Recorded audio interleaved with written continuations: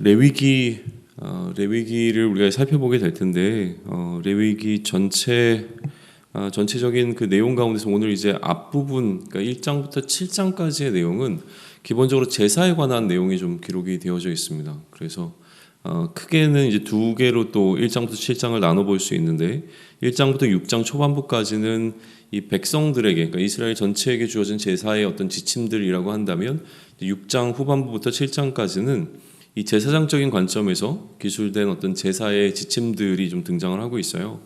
그래서 우리가 먼저 살펴보게 될 것은 일반적으로 이스라엘 백성 모두에게 주어진 이 제사의 지침 가운데 소위 이제 5대 제사라고 불리는 그 제사들에 관한 그 하나님의 정하신 법규가 이제 등장을 하게 되는데요.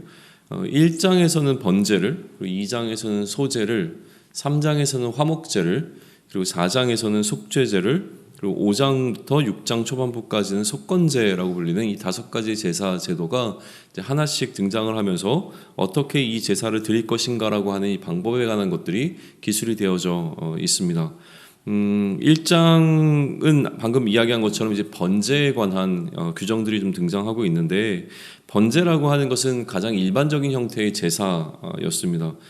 제사장이 매일 아침과 저녁에 드려야 하는 제사가 바로 이 번제였기 때문에 이것을 상번제라고 부릅니다. 그러니까 일상적으로 아침과 저녁에 제사장에 의해서 드려지게 되어지는 번제가 있었고 또 이스라엘 공동체가 절기 때에 전체가 다 함께 드려야 하는 어떤 제사도 이 번제를 띠고 있는 형태가 있죠. 그러니까 절기에 드리는 공동체가 절기에 드리는 제사도 번제였습니다.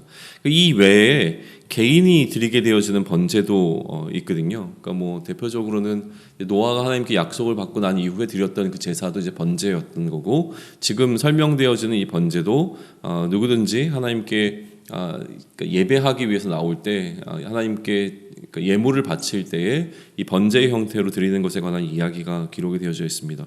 그럼 개인이 왜 하나님께 번제를 드리느냐라고 하는 것은 좀 명확하게 설명이 되어지진 않지만 이처럼 뭐 노아의 기록이나 아니면 시편에서 시인이 이야기하고 있는 어떤 내용들이나 뭐 이런 것들을 좀 종합해서 유추해 봤을 때 하나님께 이제 찬양을 올려야 되거나 아니면 하나님께 기도의 어떤 제목을 가지고 나아갈 때 그 제사자는 하나님께 번제를 드리지 않았겠는가, 또 자신이 하나님께 무엇인가 맹세를 하거나 또 하나님의 법규를 지키기 위해서 이 번제를 드렸을 것이다 라고 하는 것을 추측해 보기는 하는데요. 정확하게 번제를 하나님께서 왜 제정하셨고 이 번제를 왜 드리라고 하셨는가에 관한 부분들은 좀 그러니까 아직 명확하게 설명되어지지 않는 부분들이 좀 있습니다. 그러나 우리는 번제를 왜 드리는가라고 하는, 그러니까 번제 제도를 하나님께서 왜 세우셨는가라고 하는 것을 좀 넘어서서 이 번제 안에 담겨 있는 의미들을 좀 살펴보면서 그 의미들을 조금 더 우리의 삶 가운데 좀 적용시키는 방향으로 오늘 본문을 살펴보면 좋겠습니다. 우선 이 번제에 관한 내용이 시작되어지는 또 레위기의 이제 첫 번째 시작이죠. 그러니까 서론에 해당하는 부분에서 오늘 1절은 어떻게 이 시작을 하냐면 여호와께서 모세를 부르시는 장면, 그리고 그 모세를 부르셔서 하나님께서 모세에게 또한 말씀하시는 장면으로 시작을 하고 있는데요. 중요한 것은 그 장소입니다. 그 장소를 이제 어디로 부르시냐면 회막으로 부르시고 계신다라는 거죠. 그러니까 출애굽기에서는 하나님께서 모세를 부르시는 장소가 시내산이었다고 한다면 출애굽기가 마치는 그 마지막에 성막이 다 지어지고 그 성막 가운데 하나님께서 임재하시고 난 이후에 하나님의 영광이 그곳에 가득 찼던 것으로 마무리가 되어지죠. 또 거기에 뭐라고 기록하냐면 모세조차도 그 회막 완성된 그 성막 안으로 들어가지 못하였더라라고 하는 기록이 등장을 합니다. 그리고 이제 레위기는 그런 상황 가운데 하나님께서 모세를 부르시니 모세가 이 회막 안으로 들어가고 있는 장면으로 시작하고 있는 겁니다. 그래서 출애굽기와 레위기는 그런 의미에서 서로 이제 잇대어져 있는 것이고 그 마지막부터 레위기로 이제 넘어가는 연결고리가 되어지는 것이죠. 그러면 우리 이렇게 볼 수 있습니다. 성막이 완성되고 하나님께서 성막에 임재하시고 난 이후에 바로 모세를 부르셔서 그 모세에게 말씀을 전하시는데 그 내용이 이 제사에 관한 이야기였다라고 하는 거예요. 가장 첫 번째 번제에 관한 이야기를 지금 해주고 계시는 장면으로 볼 수 있습니다. 여호와께서 이제 처음 모세를 부르셔서 말씀하신 것을 이제 2절에 보게 되면 무엇이라고 되어 있냐면 예물을 드린다라고 하는 이제 표현이 등장하고 있어요. 이스라엘 자손에게 이제 알려줄 것이 있는데 누구든지 여호와께 예물을 드리려거든이라고 시작을 하고 있는 거죠. 여기서는 이제 두 가지가 좀 강조가 되고 있는데요. 첫 번째는 무엇이냐면 누구든지라고 하는 겁니다. 누구든지. 그러니까 누구든지라고 하는 것은 차별이 없다라고 하는 거예요. 번제를 드림에 있어서는 특별한 어떤 대상이 존재하거나 아니면 특별한 구별이 있는 것이 아니라 이스라엘 자손 가운데는 누구든지 이 제사를 드릴 수 있다라고 하는 이야기로 이제 시작을 하고 있는 거고요. 그렇게 누구든지 필요에 의해서 제사를 드려야 할 경우에 예물의 종류를 이야기하시는데 가축 가운데서 소나 양으로 예물을 드리라라고 말씀을 하고 계시는 거예요. 그런데 이 가축 가운데서 소나 양이라고 이야기를 했지만 나중에 보게 되면 염소도 등장하고 있고 새도 등장하고 있거든요. 그러다 보니까 여기서 중요한 것은 가축이라고 하는 겁니다. 그러니까 소, 양에 포커스가 있는 것이 아니라 가축에 이제 포커스를 더 두는 거죠. 가축은 어떤 차이가 있냐면 사냥해서 잡은 짐승이 아니라는 거예요. 가축은 집에서 기르게 되어 있는 수고를 통해서 기르게 된 그 가축을 하나님께 드려야 한다라고 하는 것으로 좀 포커스가 맞춰지고 있는 것이죠. 그리고 이렇게 가축을 통해서 하나님께 나와 번제라고 하는 이 제사를 통해서 하나님께 예물을 드릴 때에 등장하게 되어지는 이 번제의 순서가 있습니다. 뭐 이거를 굳이 이렇게 나눌 의미가 있는 건 아니지만 그래도 나름대로 단계를 구분해 본다면 한 7가지로 지금 구분해 볼 수 있는데 일단은 자신의 그 소유 가운데서 특별히 하나님께 바칠 것을 선별하는 과정이 필요했겠죠. 그게 이제 봉헌의 과정이라고 보는 것인데 이게 첫 번째 단계이고요. 두 번째 그렇게 선별된 그 예물을 가지고 안수를 하는 장면이 등장을 합니다. 제사자가 그 머리에 손을 얹고 안수를 하게 되어지고 세 번째 단계는 그 안수한 제물을 도살하게 되죠. 죽이는 장면이 등장하고 네 번째는 그 죽임을 당한 짐승의 피를 이제 뿌리는 장면입니다. 그리고 이 제물에 각을 뜨는 것이 다섯 번째 단계, 그러니까 조각을 내는 거죠. 조각을 내는 게 다섯 번째 단계. 여섯 번째는 그 내장과 다리를 씻어서 이 제단에 올리는 과정입니다.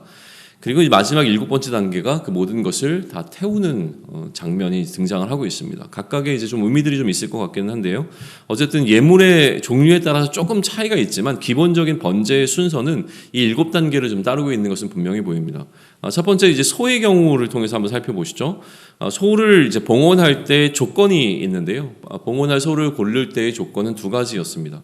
하나는 흠이 없는 소여야 됐었고 두 번째는 수컷이어야 했다는 것이죠. 흠이 없다라고 하는 것은 하나님께 이제 무언가 훨씬 더 좋은 것을 드려야 한다라고 하는 것으로 이야기될 수 있을 것 같고 왜 수컷이냐 했을 때 사실 이것도 이제 명확하진 않지만 그래도 그 당시에 수컷이 암컷보다 훨씬 더 값어치가 있는 것으로 여겨졌기 때문이 아니겠는가라고 해석을 하는데 그 해석에 저도 동의를 합니다. 그러니까 결국 이 조건이라고 하는 것은 그 제사자가 가지고 있는 것들 가운데 가장 귀한 것을 하나님께 드리도록 선별하는 과정으로 보는 것이 이제 맞겠다라고 하는 것이죠.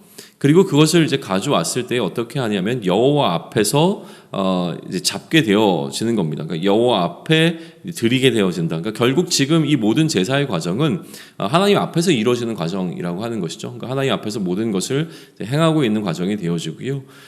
그리고 이 봉헌 이후에 그 다음에 이제 안수가 진행되어지는데 사실 안수도 정확한 의미를 이제 해석하는 것은 좀 어렵습니다. 그런데 단순한 안수의 행위, 우리가 생각하는 그 머리에 손을 얹고 기도하는 정도의 수준으로 이제 해석하는 것보다 조금 더 깊이 이거를 설명하는 사람들은 이게 기댐을 의미한다고 이야기를 해요. 그러니까 한 손으로 그 동물의 머리에 손을 얹고 온 몸에 소위 말하면 체중을 그 짐승에게 뭐라 그러죠? 의지해서 쓰는 방식이라는 거죠. 그러니까 머리를 굉장히 큰 힘으로 누르고 있는 상태가 되어진 거예요.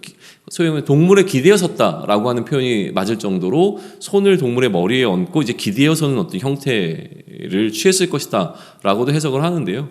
결국 그렇게 해석하고자 하는 의도는 어디에 있냐면 그렇게 해서 이 제사자가 자신을 이 동물에게 완전히 의탁하는 방식이 된다는 것이죠. 그러니까 뭘 의탁하냐면 이 제사자가 갖고 있었던 죄의 문제를 이 동물에게로 전가시키게 되는 과정이 되어진다라는 설명을 좀 하고 있습니다. 그래서 이 행위가 지금 이제 3절과 4절을 통해서 보게 되어지는 것은 뭐냐면 그렇게 해서 그 제물 자체가 하나님 앞에서 기쁘시게 받으심이 되어지는 어떤 제물이 될 수 있도록 한다라는 거예요. 그렇게 하나님께서 이 번제물의 머리에 안수를 하고 그것을 기쁘게 받으시면 이것이 그를 위한 속죄의 제물이 된다라고 하는 것이죠.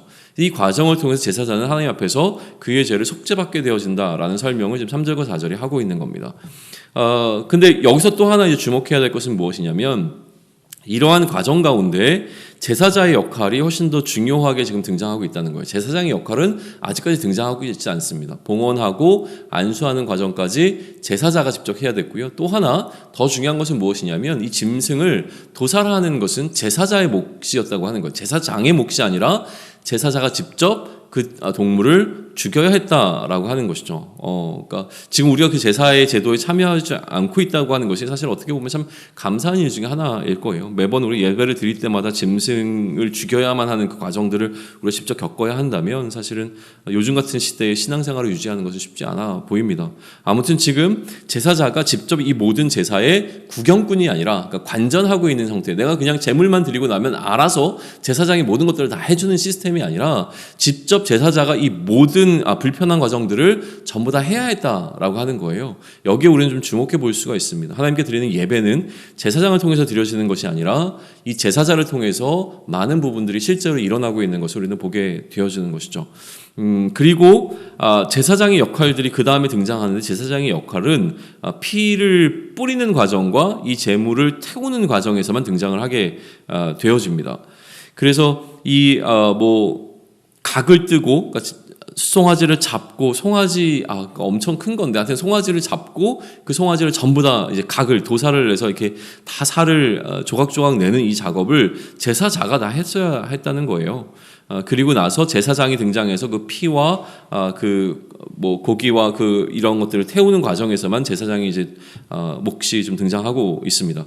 그리고 모든 것을 다 태우는데요. 태울 때에 지금 하나만 좀 남겨놓는데 그게 무엇이냐면 6절에 보게 되면 가죽이라는 거예요. 가죽을 벗기고 각을 뜨거든요.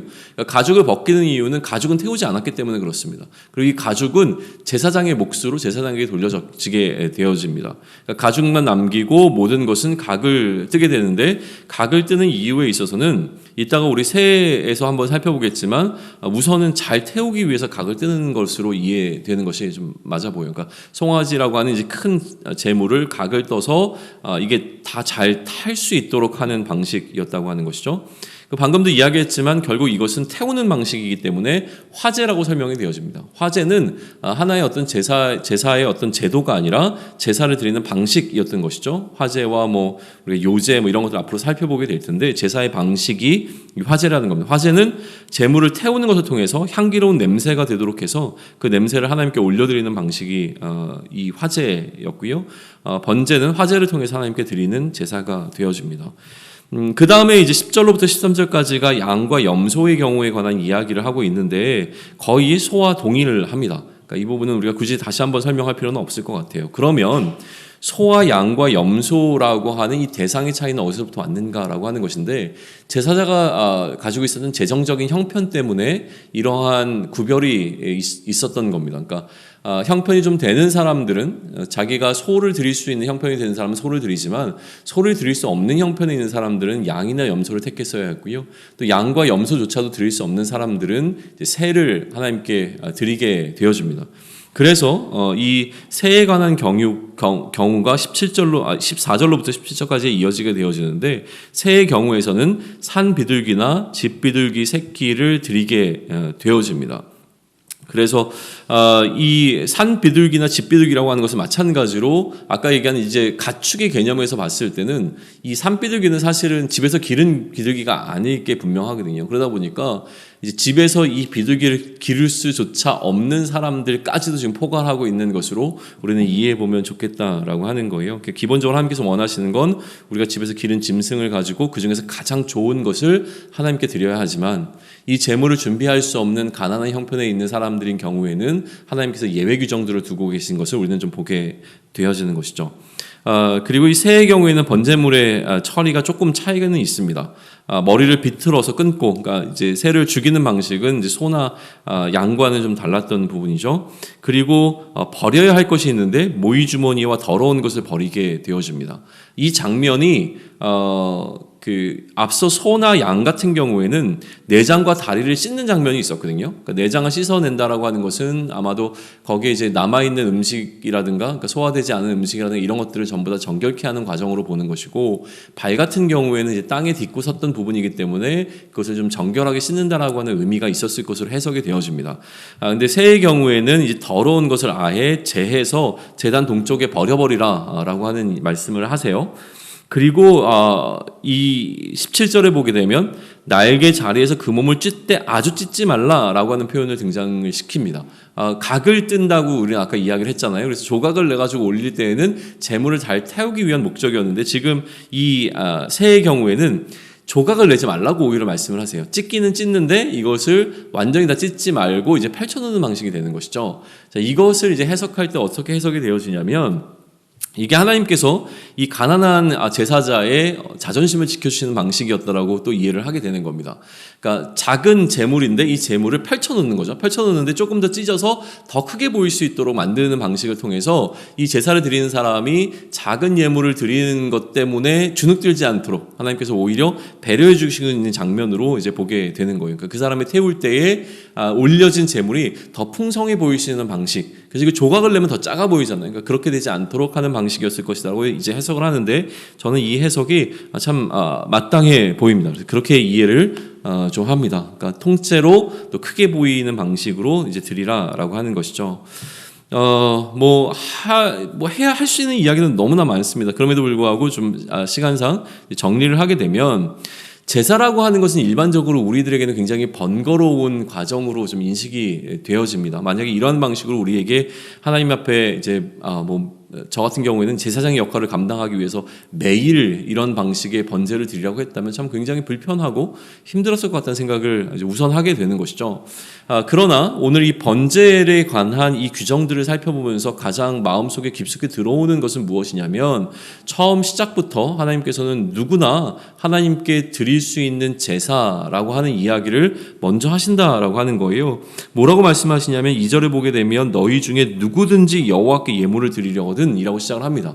이 부분에 담겨있는 누구든지라고 하는 부분을 놓치지 않았으면 좋겠다라고 하는 거예요. 아까도 얘기했지만 차별이 없었던 제사라고 하는 것이죠. 누구나 제사를 드릴 수 있었다라고 하는 것은 이제 누구나 하나님 앞에 나아갈 수 있게 되었다는 것을 의미하게 되는 겁니다. 아무나 하나님 앞에 나아갈 수 있는 것이 아니었던 것이 분명하죠. 그런데 하나님께서 그들 가운데 성막 가운데 임재하시고 난 이후에 하나님께서는 그 모든 이스라엘 백성들에게 이제 너희가 내 앞에 나아올 수 있는 길을 내가 열어놓는다라고 말씀하시는 것처럼 들린다라고 하는 거예요. 하나님께 나아갈 길이 열린 것이죠. 빈부, 지위, 성별, 나이 이런 것에 차별 없이 심지어 민족에게도 차이가 없었다라고 좀 해석이 되어집니다. 이스라엘 백성 가운데 있었던 그 외국인들 또 거류민들 같은 경우에도 하나님께 제사를 드릴 수 있었다라고 이제 해석이 좀 되어지기 때문에 누구나 이 이스라엘 진중에 놓여 있었던 사람들은 그 진 가운데 놓여 계신 하나님께 나아갈 수 있는 길이 열리는데, 그 길이 무엇이냐면 번제를 통해서 나아갈 수 있었다라고 하는 것이죠. 그런데 이 하나님께 나아가는 과정 가운데 반드시 필요한 것이 있었는데, 그것은 제물이라고 하는 것입니다. 언제나 하나님께 예물을 드림이 필요했고요. 이 예물을 드리는 과정을 통해서 자신의 죄를 대속하게 되어지는 것이죠. 결국은 자신의 죄를 대속할 짐승이 필요했고, 자신의 죄를 대속하는 과정을 통해서 하나님께 나아가게 되어진다는 것이에요. 그러면 하나님께 나아가기 위해서 이스라엘 백성들이 가장 먼저 떠올려야 되는 것은 무엇이냐면, 내가 하나님께 나아가기 위해서는 하나님께 바칠 예물이 필요하구나. 또 이 예물이라고 하는 것은 단순히 어떤 귀한 보석이나 보물들 같은 것들이 아니라, 내가 하나님께 나아가기 위해서는 나의 죄를 대신할 어떤 희생이 필요하구나라고 하는 것을 항상 기억했을 거라는 거예요. 우리가 어디를 갈 때 뭔가 준비물을 챙기거나 우리가 나아갈 때 뭔가를 챙겨서 나가는 경우가 있잖아요. 거기 갈 때는 이걸 꼭 가져가야 돼. 그러면 하나님 앞에 나아갈 때는 이스라엘 백성들은 항상 기억해야 되는 것이 있는데, 그것은 무엇이냐면 나의 죄를 대신할 희생 제물이 항상 필요하다라는 생각을 할 수밖에 없다라고 하는 것이죠.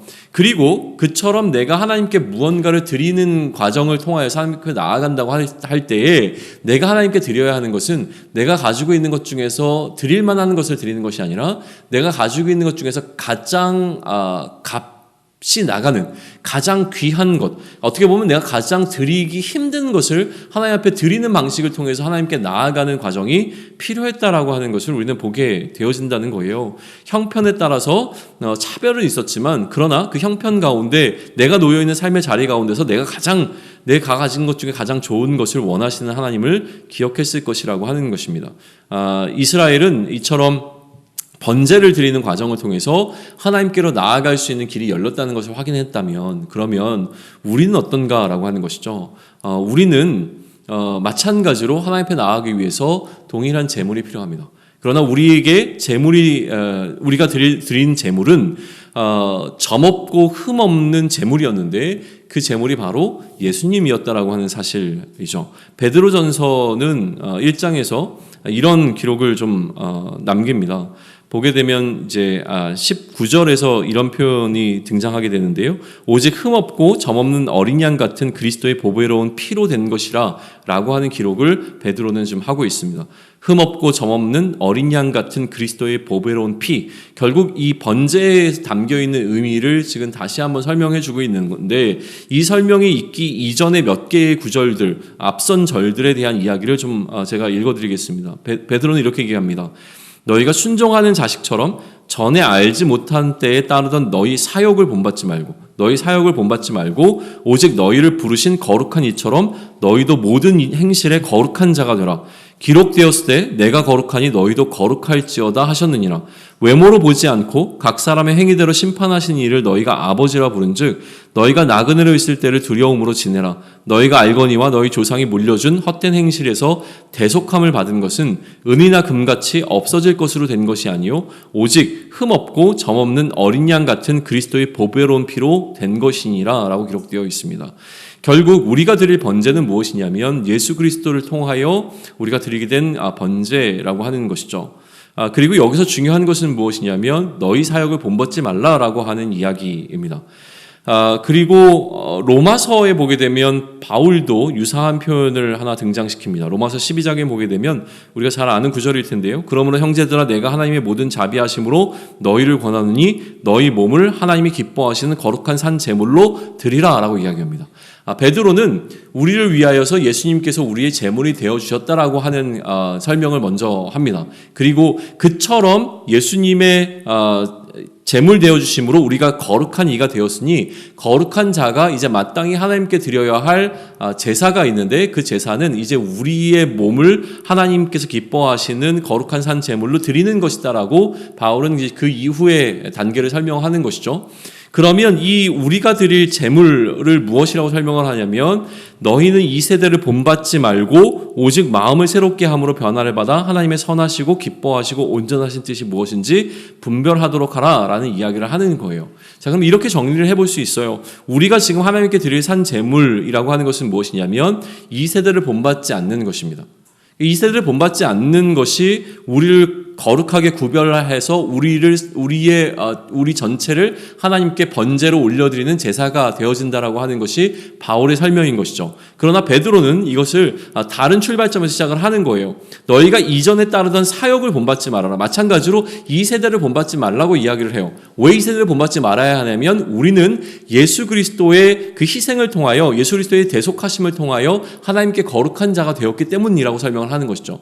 결국 어디에 포커스를 두느냐에 따라서 다르게 표현은 되지만 결국 같은 이야기라고 하는 거예요. 우리가 지금 이제 드려야 할 우리가 하나님 앞에 나아갈 수 있는 길은 예수 그리스도의 십자가의 사건을 통하여서 길이 열렸습니다. 그리고 우리가 하나님 앞에 나아가면서 날마다 준비해야 될 것은 무엇이냐면 이 세대를 본받지 않는 것이라고 하는 것이죠. 그러니까 우리가 드려야 할 우리의 이 번제에 대해서 다시 한번 묵상해 볼 수 있으면 좋겠습니다. 이제는 예수 그리스도로 말미암아 하나님께 나아갈 수 있는 길이 열렸습니다. 그러나 하나님께 나아갈 수 있는 길이 열렸다고 하는 것이 우리가 구경꾼으로서 그냥 바라봐야 하는 것이 아니라 이제는 우리에게도 필요한 것이 있는데 우리가 준비해야 될 것은 무엇이냐면 그러므로 우리는 이 세대를 본받지 않는 그 삶을 통하여서 하나님의 뜻을 온전하게 하는 그 방식을 통하여 하나님을 예배하는 예배자로 서야 한다는 것이죠. 그것이 우리에게 요구되어지는 일이고 우리가 마땅히 해야 할 일입니다. 우리는 앞으로 제사를 통해서 그 안에 담겨있는 의미가 사라진 것이 아니라 우리 가운데서 더욱더 완성되어지고 온전케 되어지는 것을 보게 될 것입니다. 오늘 첫 번째 이 번제를 통하여서 우리가 봐야 할 것에 대해서 함께 나누었는데요. 오늘 우리가 살아가는 우리의 삶이 이 날마다 드리는 제사가 우리에게 불편함으로 다가오는 제사가 되는 것이 아니라 오늘 하루가 하나님께 기꺼이 올려드리는 번제가 되기를 원하고요. 오늘 올려드릴 우리의 번제가 우리가 드릴 만한 어떤 것을 드리는 것으로 끝나는 것이 아니라 우리가 가장 드릴 수 없을 것이라고 여겨지는 나의 가장 소중한 것을 하나님께 올려드리는 시간이 되어짐으로 말미암아 오늘 하나님 앞에 나아가 하나님과 함께 보내는 한 날이 되기를 축원합니다. 아멘.